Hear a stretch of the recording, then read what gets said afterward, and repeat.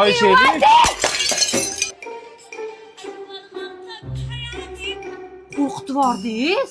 Sal deb keling. Nima aytdi? Yarim soatdan beri deb turibman, Shahlo. Qo'rqib ketdim, piyola ham sindi. Hozir men aytdormanmi? Men aytdormanmi? Siz qo'rqitib yubordingiz meni. 2 soat bo'ldi. Qachon nomerni yozib ketmagan. Akajon, ming bordir, hozir olaman. Magazindan qolib ketdim. Mashinadan chiqolmayapman. Odamlarga ham hayronsan, Nima baqirasiz? Ayol kishi ekan, ishi bilan kirib ketgandir. Shahlo 2 soatdan beri kutib o'tiribmiz birga. Nima qilibdi, aytibdi-yu, sharoitini tushuntiryapti. Baqiraverasiz, yuring. Ye, onasini emsa bu kim tomon bu? Hozir shunda yana men aytdormanmi? To'xta.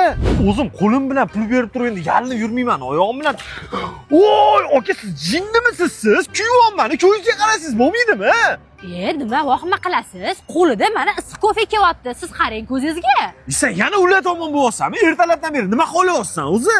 Ertalabki voqea sizdami? Qochay, hozir puli yo'q. Yaxshi keldingizmi demoqchidirman.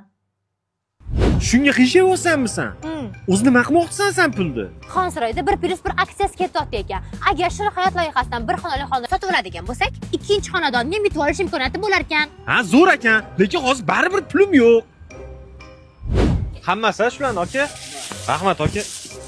Ko'zingga qarasam bo'lmaydimi? Ha, shunda hozir yana men aybdormanmi? Конечно. Voy aka, uzr. Mani orqam borib oyog'ingizga tegibdi. Xola siz ikkinchi oyog'ingiz bilan ham teping.